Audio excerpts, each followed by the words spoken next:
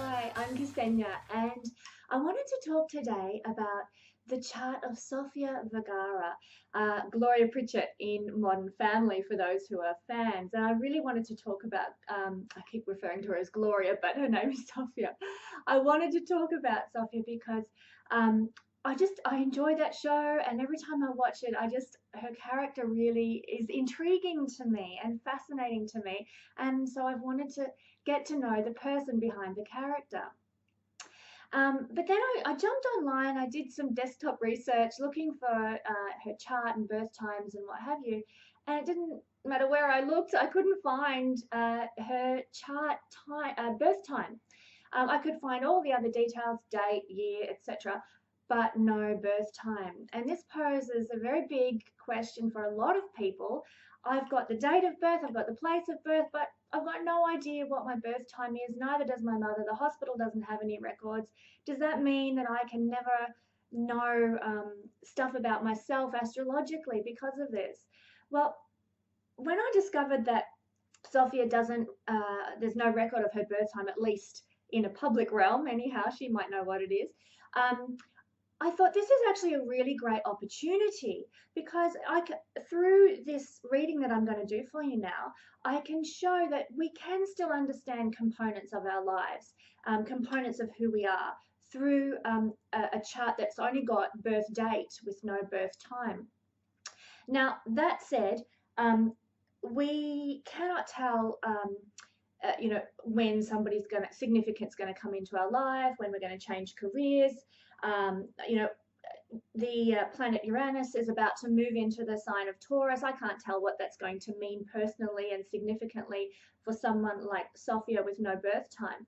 So there are limitations to what we can do when we don't have an accurate birth time to work with, but there's still so much more that we can see in the chart just the same without it, and I'm going to show that to you now as we walk through her chart. Now, Sophia is a fascinating person. Like, she has had big transformations in life, big changes. She's gone through a lot of personal upheavals, and yet she's had a great deal of personal success. I mean, Forbes magazine has listed her as the 32nd most powerful woman in the world, and this is quite something for an actress to achieve, and particularly an actress who's known for more her sitcom roles more so than her movie roles. So she's really quite an amazing person. She's lost her brother to a murder. She's had been a single mother for a good portion of her life, and look, the list goes on. She's had really quite a transformative lifestyle. We'll see more as we go into the chart and as I talk about the things that she's experienced and where she is now, which we can actually see in the chart even without a birth time. So I just want to encourage people, if you don't know your birth time, it's not the end of the world. There are limitations to what you can get an astrologer to do for you and what they can interpret, but there's still components that we can glean something from. And as I alluded to when I did the Jim Carrey chart analysis, I'm no big celebrity watcher. Like, I really, celebrities are, to me, they're the same as, the everyday person walking down the street. We're all human beings, we're all one. But the reason we use celebrity charts is because their lives are in the public realm, and we can see like every little detail practically of their lives, and from that we can learn, well, how did this play out for them, how did this aspect work, how did this planet play out in their lives. So there's a lot to be learned from analyzing celebrity charts. It doesn't just mean you're an obsessive celebrity watcher or royal watcher or whatever. There's actually a great deal of knowledge that can be gained. So enjoy this trip through celebrity land with me as we look at Sophia's chart. Okay, so this is Sofia Vergara's chart that we can see on the screen. Sofia was born in Barranquilla in Colombia on the 10th of July, 1972. Now, as you can see from her chart, there is no ascendant noted on the chart, and therefore we can't divide it into houses, and we can't use even the whole sign system to assess the chart in terms of houses. because we have no ascendant point to start from, no first house to begin with. So, pardon me. So what we're going to do instead, we're going to look at the various components of the chart, and you'll see in looking at it that Sofia has a number of little conjunctions going on in the chart. She's got Saturn and Venus together down there in Gemini on the lower half of the chart. You'll see from the symbol for Saturn and the symbol for Venus together. She's got the Moon and the Sun together. She's got Mars and Mercury together. And also what's really, really interesting in Sofia's chart is the degree of Pluto, the planet Pluto. We're also going to look at that. We're going to look at all those things and how that might have influenced the life that Sofia has led so far. So let's start in general terms. First of all, Sofia has most of the planets of her planets in water, fire, and air. It's only Pluto and Jupiter that are in earth signs, so they're really quite divided between the four elements. So, you know, she's got the Saturn and Venus in the air sign of Gemini, Sun and Moon in the feeling, intuitive water sign of Cancer. She's got Neptune up the top, and also Mars and Mercury in fire signs. So we've got Leo and Sagittarius represented there. And then we've got Pluto and Jupiter in rounding things out in the earth signs. So, you know, there's quite a mix there of earth, fire, air and water, which is good, gives you some balance in that way. And I do note that her current husband, Joe, now I hope I say this name right, I'm not very good with names, maybe you'll be able to pronounce it for me, Mananiello, I think is how you say his surname, but he has a Capricorn sun. Mercury is also in Capricorn and Jupiter's in Taurus. So he has 3 planets in earth signs, giving a lot more stability and earthiness to their relationship. That was just something interesting that I noted. So yeah, there's lots of cardinal energy here. So Sofia will then be quite action oriented. She'll be getting things done. She's probably quite assertive, not offensively assertive in her manner, but she'll say what she thinks and usually follow through with lots of energy. And she's quite, you know, it's all about creating something new with the cardinal energy for Sofia. So let's take a look at one of these configurations and what they actually mean. Let's perhaps start with the sun and the moon, because when we do astrology charts, or when I do an astrology chart, I certainly look at the sun, the moon and the ascendant as the first thing I assess, the first placements that I have a look at. And she's got the sun and the moon in Cancer, and both the sun and the moon are strong in Cancer. In fact, the moon is right at home in Cancer. It's the sign of rulership, so extra powerful there. However, the sun and the moon are very close together, 17 and 18 degrees respectively.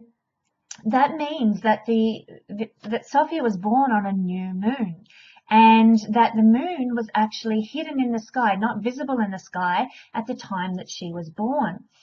This can give a lot of good qualities, but also some negative, like the more difficult side of this configuration in the chart is that the moon is hidden. And what does the moon represent in everybody's life? It represents the emotions. It represents our feeling nature. It represents what we need to feel safe and secure and at peace emotionally. And all these qualities in Sofia's life were hidden, were obstructed by the power of the sun. I mean, none of the planets can compete with the sun's energy. When they're close by, they become what we call combust. And, you know, any planet that's close to the powerful rays of the sun becomes a bit agitated and a bit weakened. So therefore, the emotional quality of Sofia's life, even though the moon's in great dignity, the emotional life of Sofia, it may be quite agitated or weakened because of its close proximity to the sun. And, you know, the moon, like I said, rules our ability to feel emotionally content and safe. And this comforting quality of the moon can be affected when it's combust with the sun.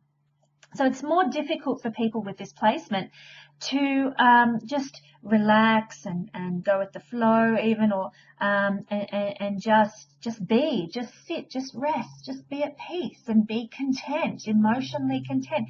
It's harder for people with this placement to feel that because of the energy of the sun.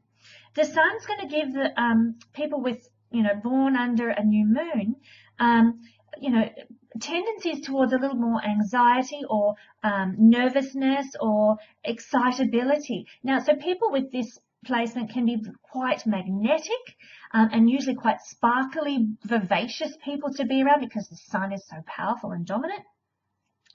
But there can also be a highly stressed element to people with this placement. So I actually shared a workplace with someone with this placement, and that was definitely the case for them. So it's really important for people with this placement to practice skills of relaxing, calming down, and using tools to help them, go with the more feeling nature of the moon and bring that energy to the surface, because it is so combust, it is so hidden, it is so obstructed by the sun. So things that are more, of a watery nature, drinking more water, swimming, going for walks around the lake or the river, and doing things to calm your soul, to calm your mind, like yoga or meditation, maybe art or something. Cancer as a sign is a very artistic, creative, imaginative sign. So utilizing that energy, especially as Cancer is ruled by the moon, is a really great approach to dealing with those times of, intensity from the sun, that strong, active, competitive qualities of the sun. So do a painting, when you're feeling anxious, let it all out in a painting, or write an imaginative story or a poem, or, express yourself in a journal and let your feelings flow, let your feelings out. And this is going to really help anyone who's born at the time of the new moon. But the good side of this combo is that people usually are quite focused and driven and end up being highly successful. They usually always succeed in their goals and their career. And let's look at what Sophia's done with her career. Well, interestingly enough, she's actually quite a high achiever. She did 3 years of dentistry before she left. So I think she was only 6 months shy of getting her degree in dentistry, actually. But she left to go and pursue modeling and show business. And she has done exceedingly well in that area of life as well. And basically that career path really ties into what I'm going to talk about with her Saturn and her Venus conjunction that she's got. So I'll talk a little more about that later. But I just wanted to point out that she's a high achiever, and she's had, to get into dentistry is not an easy thing to do, and she did 3 years of it, and then she went into show business and has had great success there. So she's obviously quite driven to be career successful, and it's worked in her case. Why, you might ask why this combo produces people who are, highly successful and very career driven. Well, it's because the moon represents your mind, like emotions and mind are they're connected, how we think and feel. And the predominant, whenever the moon is conjunct a planet, it makes the focus of the mind about the planet that it's with. I've got, say, Uranus with moon, and that makes me highly, I'm always thinking about astrology. Uranus rules astrology. So that's where I get my emotional satisfaction from. And for Sofia, the sun is with her moon. So career satisfaction is going to, career success is going to give her emotional satisfaction. It's going to give her a sense of achievement. And, being in a position of authority, being number one, being the best, these are all things represented by the sun. The sun is connected to the ego, connected to career, connected to, it rules Leo. Look at me, love me. And it's connected in shamanic astrology to the idea of radical self-love. So this is the sun. It's about loving the self, and it's about finding great satisfaction out of successful career and out of being number one, so to speak, being being the center of attention. Like, what do all the planets circle around in the solar system? They circle around the sun, being the center of attention. So this is the drive behind them becoming hugely successful people. The moon actually also represents our ability to adapt to new environments. And, when the sun combusts it, the moon's natural flexibility is interrupted. And so, again, there can be times of tenseness, and the ability to be flexible and flow is kind of blocked. Now, fortunately, this is all happening in a sign that's not fixed. If it was in a fixed sign like, Aquarius or something, there would be a lot of rigidity about Sophia, but there's not. So that's very, very fortunate. And the moon is kind of like a mirror, whatever planet it aspects, in this case it's the sun, it represents how the person thinks of themselves. And therefore it's very, it's very revealing about the main personality of Sophia. And so with the sun, which is, like I just described, the planet of the king that we all circle around, it's a planet of high achievement, usually a person will have great expectations around themselves and expect, great things from themselves, and hence become a high achiever. This is obviously seen in Sophia's chart. And so this is definitely playing out in her chart. And the moon also indicates our female gentle side. Now, Sophia is very well known for her feminine figure, shall we say, and this is part of her, her appeal and her beauty. And this is because the moon is in Cancer, and Cancer rules the feminine figure. So, this is a prominent part of her physicality and her image. But when it's combust, the person can come across as a more active go-getter. So there seems that there's a lot more, we're talking about physical aspects here. There can be, even though she's got the characteristics of the moon, there's also the characteristics of the sun, in that she's quite an active type of person to watch. She's always moving, just flicking her hair. There's not a lot of stillness about her. And if you watch her on Modern Family, you notice that there's always some kind of gesture going on, not just because she's Colombian, but because of this sun-moon connection here. There's a great deal of energy and activity with this combination. So there can, oftentimes, and this is perhaps not the case for Sophia, but oftentimes it can also, this conjunction can also manifest as somebody being a little bit more masculine. Now, not necessarily in looks, but in terms of being highly ambitious, independent, driven, active, and more goal-oriented. And there, in astrology, we consider those attributes to be the more masculine qualities, whereas the feminine is more receptive, more gentle, more emotional. And so people with the sun-moon conjunction can tend to have their feminine nature overshadowed, not their physicality, but the feminine nature can be overshadowed by the masculine nature, and they're very aggressive, and they're very, like I said, career oriented, and must succeed at all costs, which is not usually the feminine approach. So I don't know Sophia personally. I haven't worked with her, and I haven't seen behind the scenes how she functions at work.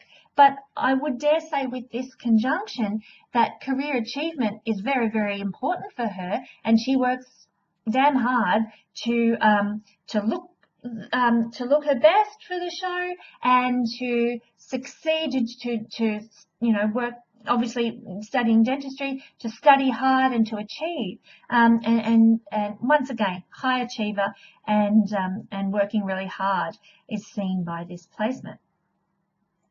And interestingly enough, and I think I mentioned this in my intro, that she's been named in Forbes magazine as one of the 32 most powerful women in the world.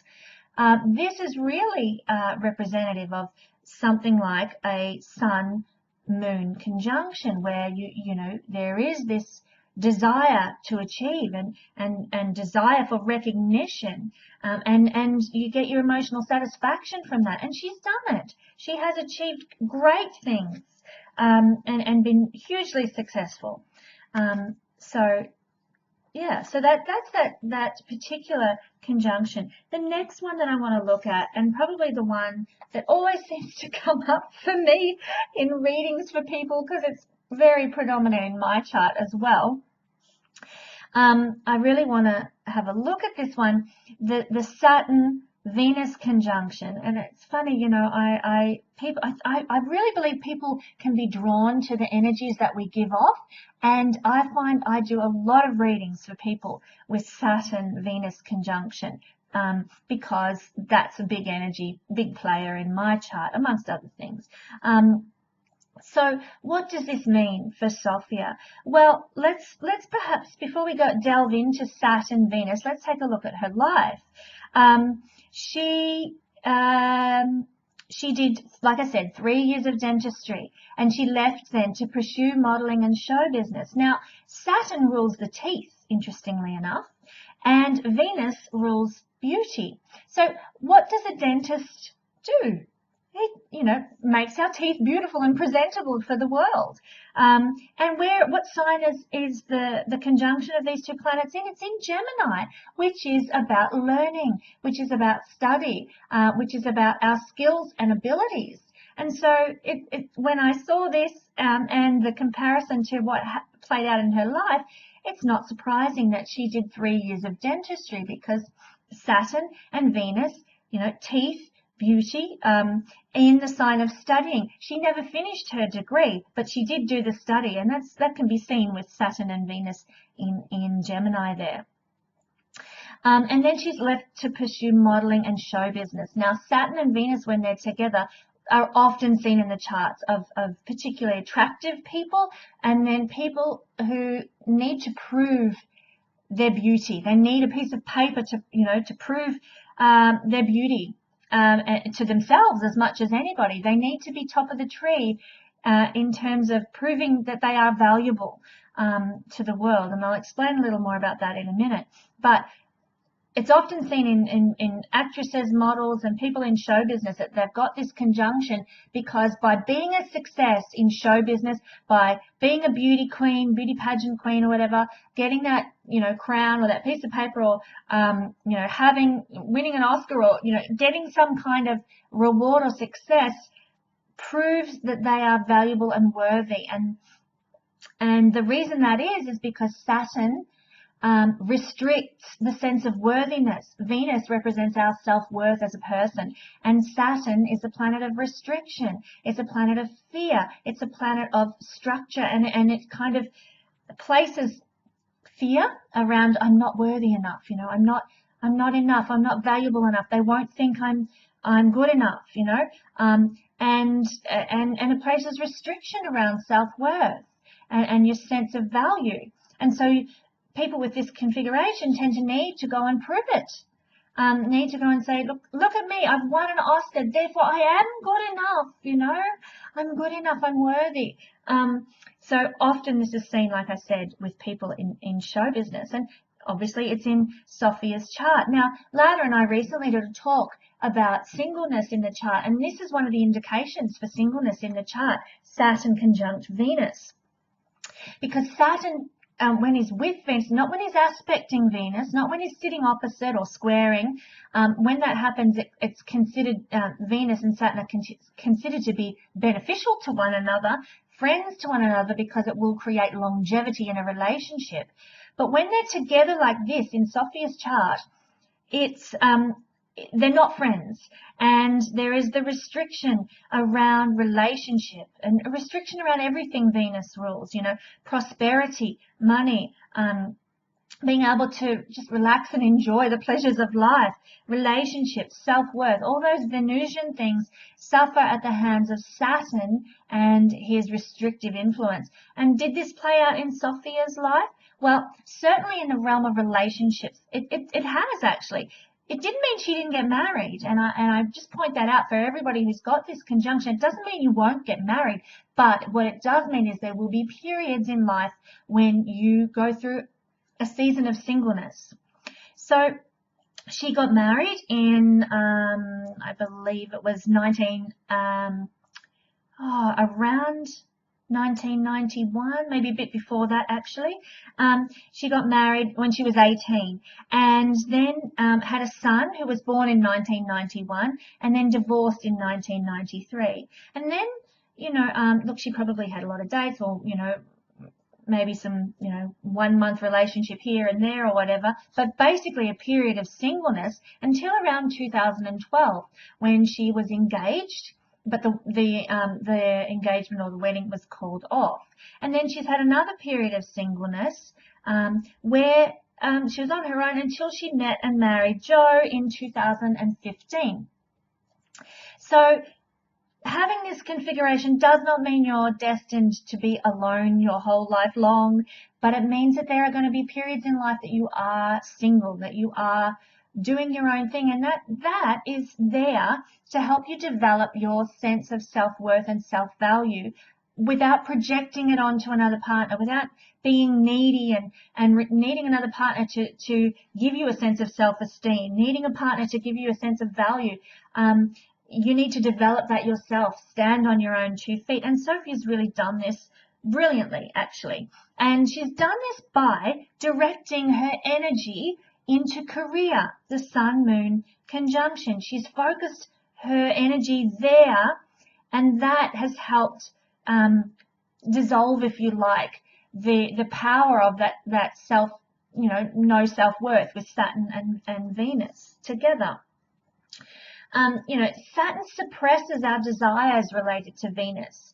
And oftentimes, now I'm not saying this is the case with Sofia, but oftentimes for a woman, they can overcompensate for their self-worth with lots of makeup or lots of clothes or overly done hair, over the top emphasis on physical appearance. Conversely, people can sort of thumb their nose at physical appearance and be quite dowdy and quite, play down their sexuality and their physical appeal. And if you're a bloke with this, sorry, that's an Australian word. If you're a man with this position, you probably tend to attract women who present in one of those ways. Either, they're the quiet, mousy type, dowdy dresser, or they're completely over the top in the way they dress, and makeup done to the hilt and hair curled and rolled and magnificent. So you'll tend to go for one or the other of those types of women. And often Saturn's influence on Venus can be that there will be an age gap between partners. We, as in astrology terms, like to say, about 7 years either way, older or younger. And for Sofia, well, there is an age gap. It's not 7 years. Sofia was born in 1972 and Joe was born in 1976. So there's about 4 years, but she's the older of the two, which is interesting there. Pardon me. So Saturn and Venus, there's such an interesting combination. I could talk for hours about these two. Venus, like I've said, is relationships, and Saturn is karma. So when we see them together in a chart, it indicates that there's been some kind of past life karma about relationships for the person. And I'd love to know Sofia's birth time to see if there's anything else indicating past life relationship karma in terms of what's happening in her chart. Maybe the karma could be for someone that they didn't pay enough attention to their spouse and they were quite selfish. Maybe the karma was that they were abused in a past life and therefore developed an inability to have a healthy view towards relationship. And all of these kind of things can play out where you end up having a negative attitude towards love and towards being loved. And so now in this lifetime, there's often a delay regarding the things that Venus represents, love, self-worth, even prosperity. And there's a fear there because of the past life trauma that occurred. And Saturn's protecting people when he does that. It's like, I did a reading for a friend the other day, and they had this, and they were saying, I in my youth, I didn't have much luck in relationships, and I was quite hopeless at, having relationships. And I was always told it's because you're being protected from being with the wrong ones who are going to scar your heart. And I actually really like that approach, because that is how Saturn is functioning, which is very fatherly, really, in many ways. Protecting you from going out with that wild boyfriend who's going to break your heart and cause you to really, lose yourself, or ruin your life or whatever. And Saturn's protecting you from those things. But we need to learn to overcome that as we get older, or else we can actually, when we've got this placement, end up feeling very alone and having very lonely lives. So it's something that we need to constantly work on. Saturn blocks the ability to show love and affection. So if you experience rejection at some point, either in a past life or in childhood or teenage years, then Saturn preserves. He makes things long lasting, and he will tend to make you hold on to that pain for a long time, making you feel less worthy, even if it's not your fault. And you'll feel that there's something not quite right about you that caused you to be rejected. And this is why there's this desire to compensate and prove your worthiness through career achievements, or making yourself, extremely done up on a physical sexual appeal level. I'm not saying boobs out kind of stuff, but I'm talking about, overemphasis on the beautification of the body, perhaps, in order to prove your worthiness. And sometimes you can really attract partners who try to control you and are highly critical. I'll vouch for that. And the more we learn to love ourselves with this aspect, the more our partners are going to be able to love us too. And that's another reason why we spend big periods of time on our own, learning to love ourselves, learning to accept ourselves, because it's the key. This is the key to overcoming the difficulties of this placement. So Sofia, I can't see into her mind, but she has had these big periods of aloneness, being a single mother as well, and managing on her own, experiencing singleness. That's probably refined this and helped her learn to love and accept and appreciate herself. So I'm just trying to think if there's anything I've missed here. I've mentioned that Venus can also represent prosperity, and there can be problems with prosperity because of Saturn's restriction. Now, obviously, that is not a problem for Sofia, because she's, like I said, one of Forbes' most powerful women in the world. This is where it would be really helpful to be able to look at how her house system is playing out, what Jupiter is doing up there in Capricorn. That's probably quite a strong placement. If I knew the house system, I could probably go into more of the effect that Jupiter is actually having there. And she's also receiving a trine from Uranus to her Saturn and Venus, giving unexpected things, shake-ups in those areas from time to time. So without knowing the house system that she has, it's difficult to say, what shake-ups Uranus will be bringing to her life. It could well be something financial, but this is where we need to know a good birth time, accurate birth time, in order to be able to assess that kind of stuff. But obviously the financial side of things has not been an issue for Sofia. And I believe that she was actually born into, middle-class family, upper to middle-class family in Colombia. So it's never really been an issue for Sofia. But, giving is certainly a big element of this too. When we have this placement, we can constantly overgive. And we overgive to our partners and to our children and to our jobs. So I just feel, looking at the Sun and Moon conjunction and the Saturn and Venus conjunction for Sofia, one thing she would probably need to be aware of in her life is overgiving to her career, and placing so much emphasis on building her career and her reputation and her worldly achievements. And then struggling to sort of enjoy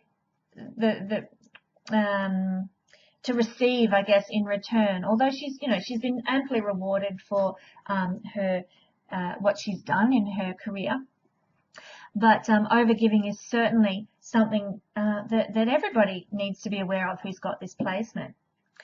And, often also Saturn Venus represents the careers that we are attracted to as a way to work through the struggle that this placement brings. So careers in design and beauty, fashion, architecture is one other. Like I said before, dental, she studied dentistry, and it wouldn't have, if she'd continued with that, it wouldn't have been a surprise at all if she'd gone into cosmetic dentistry. Because of the Venus component, Saturn and Venus combined is about structure and beauty combining. Therefore, architecture, fashion design, things like that, and, cosmetic dentistry would be one of them. And also industries about women and self-confidence and appearance. And, she is a real role model for voluptuous women. I really admire her, the way she dresses and the way she uses her body to her best advantage.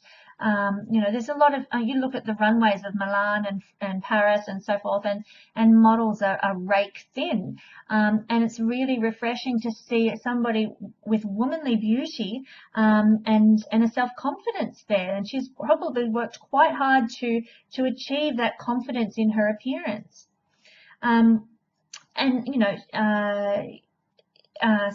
She has been in the beauty industry for many, many years, since she was quite young. If you've got this placement, just be careful of overgiving. Be careful of, watch your self-worth. Do what you can to sort of build your sense of self-value, and try and find joy in your relationships. When you've got this placement, the joy of relationships can be a bit sort of sucked out of you, so to speak. And you tend to put work before pleasure, like I talked about before, especially for Sofia with the Sun and Moon conjunct as well. So she's, the really, really hard worker. So be aware of those sorts of things and try and, allow yourself to have more fun. Try and appreciate your contribution to the world, even if it's a cross stitch or a pretty little garden or a beautiful painting or a poem. Celebrate what you contribute to the world. With this component of the chart, we need to work hard on developing our self-assertion, our self-worth, and our self-value. But once we can do this, once we accept ourselves, don't think you've got to, wear the miniskirt and the high heels in order to go out and impress somebody. If you want to go to the library and read a book, do that. Don't go out and hit the dance floor if that's not your thing. You're more likely to meet a partner at the library than on the dance floor if you're not being authentic and true to yourself. So this is the way to overcome the kind of the starvation that Saturn brings to Venusian things. So that is, I actually really do enjoy talking about Saturn Venus, because I just feel it really resonates for me, and it probably resonates with a lot of other people out there as well. So just in the interest of time and not talking too long, I want to look at Pluto in the chart. Now, this is really powerful. Like, all these aspects we're talking about, they're very, very powerful in Sofia's chart. Conjunctions are really really intense energy, actually. But Sofia has a square from her Jupiter to her Pluto. Now, this is a really interesting thing to have in the chart, and it's often associated with hidden wealth. With money that's not visible. So, I don't know how this might play out in Sofia's life. But, it's actually a configuration that can be seen through people who handle lots of money but don't actually own it themselves. So, like a bank teller or somebody who works in the insurance industry or something, where they're dealing with large sums of money. And so this could well be the reason why Sofia has manifested. If I knew the house placement system, I could be much more certain. But this square could be the reason why there's been a manifestation of money and prosperity for Sofia despite that Saturn-Venus conjunction. But not uncommonly for people with this placement, they can actually burn through a lot of money. So, that's perhaps something that we all need to be aware of, handling money well. And it's again, it's associated with, neither Jupiter nor Pluto symbolize money, but together they create a significator for big power and the kind of power that usually does involve large sums of money and being a powerful person. And we know, I've said it about 4 times already, she is considered to be one of the most powerful women in the world. And it's because of this Jupiter-Pluto connection. Usually big success with this. And as you can see, it's quite a tight conjunction. Squared. Pluto's at 29 degrees and Jupiter is at 1 degree of Capricorn. So it's very, very close together in terms of degrees apart. There's not a wide orb, so it's very strong. Likely with this position is ambition. So, obviously Sofia has been very ambitious, first with dentistry and then with her show business career. Typically, Jupiter-Pluto people want to do something really big in their lives, something really outstanding. And I'm not saying Sofia is, but they can be quite ruthless about achieving big success. So there's a very strong urge to achieve and to be the top of the tree with this. And not only this, but the other aspects we've talked about as well that can come through. So is it any wonder Sofia has had amazing life success? Because nearly every indicator in her chart is talking about being noticed, having success, getting affirmation through achievement. It's a big driving force in her chart. So also it's interesting to note that the Pluto in her chart is at 29 degrees of the horoscope. Now, this is really a powerful position for any planet to be in. If it's at 29 degrees, it's an indicator that the planet is here to teach us something really important. And it's almost like this is the final big whammy lesson before we progress into the next life where we're going to start fresh with something. So it's sort of the last ditch effort at learning some particular lesson, understanding some kind of a psychological thing that we needed to master perhaps. Certainly with Pluto that's the case because it's a very psychological planet. The celestial planets rule our subconscious and not necessarily what manifests for us in the physical realm. So Pluto is this subconscious powerhouse about personal transformation and learning to be in our personal power. And when he's at 29 degrees, it's about becoming that planet, and embracing the lessons of that planet. And gosh, Pluto's lessons are hard to learn. It's in ancient Gemini astrology, it's not what we call the Atmakarika planet, which is the planet with the highest degree, because, sorry, I'm losing my voice here. The Atmakarika planet is seen by the visible planets, the manifesting planets, the planets from Sun, Moon through to Saturn.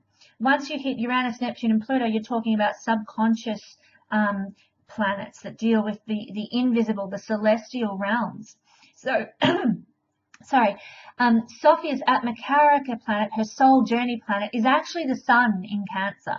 So that gives that Sun energy, the career, the ambition, the drive, the longing to sparkle and be the center of attention. That is Sofia's soul journey in life, and she's certainly achieved that. Pluto at 29 degrees, it's much more about an ending of, this is like I said, the final last hurrah for some kind of personal transformation and stepping into personal power. And in the next life, it's likely that, Pluto will be at a lower degree in the horoscope because she will have mastered if she works on this energy, she will have mastered it in this lifetime. So I wish, again, I wish I could see the house placements, because that would give me far more information about what this lesson might be like, what area of life this might apply to for her. But suffice to say, Pluto is a big player. With this 29th degree, there's a connection to a sense of loneliness as well. You've come to the end of the road in terms of a number of lifetimes. You've come to the end of the road in learning something. Once you're at the top of the tree, it can be like a bit of a lonely place there. And 29th degree is naturally prone to reversals and crises.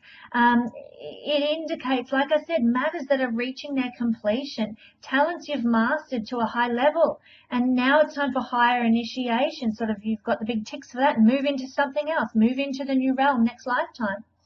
It represents fated missions in life, predetermined events that are results of past life actions, and the ability to push boundaries and to break molds, to sort of shake things up, radicalize things. That's very Uranian, but that's the nature of the 29th degree in a chart. And so with Pluto here, Sofia's going to go through a lot of crisis situations, because that's the nature of the 29th degree, and it's the nature of Pluto. And a lot of reversals, a lot of sort of going into the depths. Like the whole mythology behind the planet of Pluto is that Pluto was the god of the underworld, and he saw Persephone and fell madly in lust or love with her and had to have her and took her away to his underworld. And there she remained, with undergoing all sorts of, rape and torture and whatever else. And it wasn't until her mother negotiated a deal with the god of the underworld that she should come back to the physical realms for 6 months of the year. And that is representative of 6 months of the year in the underworld, so sort of autumn, winter seasons, and then Persephone returning, being the springtime, the spring and the summer, the joy and the light. So Pluto, the whole nature of Pluto is very like this. It will take you into crisis, into trauma, into upheaval, with the purpose of seeing you come out the other side into a personal springtime, into a liberation, into success, and personal power, because he's a planet of personal power and transformation. This is the nature of Pluto. So this has actually played out quite strongly in Sofia's chart as well. She lost a brother who was murdered in 1989. She's been through divorce, and she's been a single mother. She's had throat cancer in the year 2000, and therefore had her thyroid removed, now needs to take medication to deal with that. So there's been a lot of, difficult crisis periods in life: cancer, divorce, single motherhood, murder in the family. Like, it has not, it looks like a sunshiny life on the outside, but it hasn't been easy. And this is the nature of Pluto, where she's gone through the dark depths, the difficulties, and she's really come out into some really sunshiny spring times. I believe she's also been dealing with a court case in recent years as well. I think it might have been thrown out of court now, but there was definitely a court case. I'm just trying to think off the top of my head what it was regarding. Some embryos, that's right. Some embryos that she had placed on ice with a former partner. So, really big struggles, really big transformations, but a real look at the personal power of the woman. Pluto is really playing the game here for her. So I've talked quite a bit and we've gone through a lot of key points in her chart, some points that really make her quite a powerful person, even without knowing her birth time and her ascendant. And so I just, I wanted to show you this today to indicate that you can find out stuff about your life, about yourself. You can't find out all the nitty-gritty details, but you certainly can find out bits and pieces that will help you understand yourself better, help you know yourself better. And this has certainly been the case in looking at Sofia's chart, because we can see the power of her chart, and the, correlating to the power of the woman and her life experiences.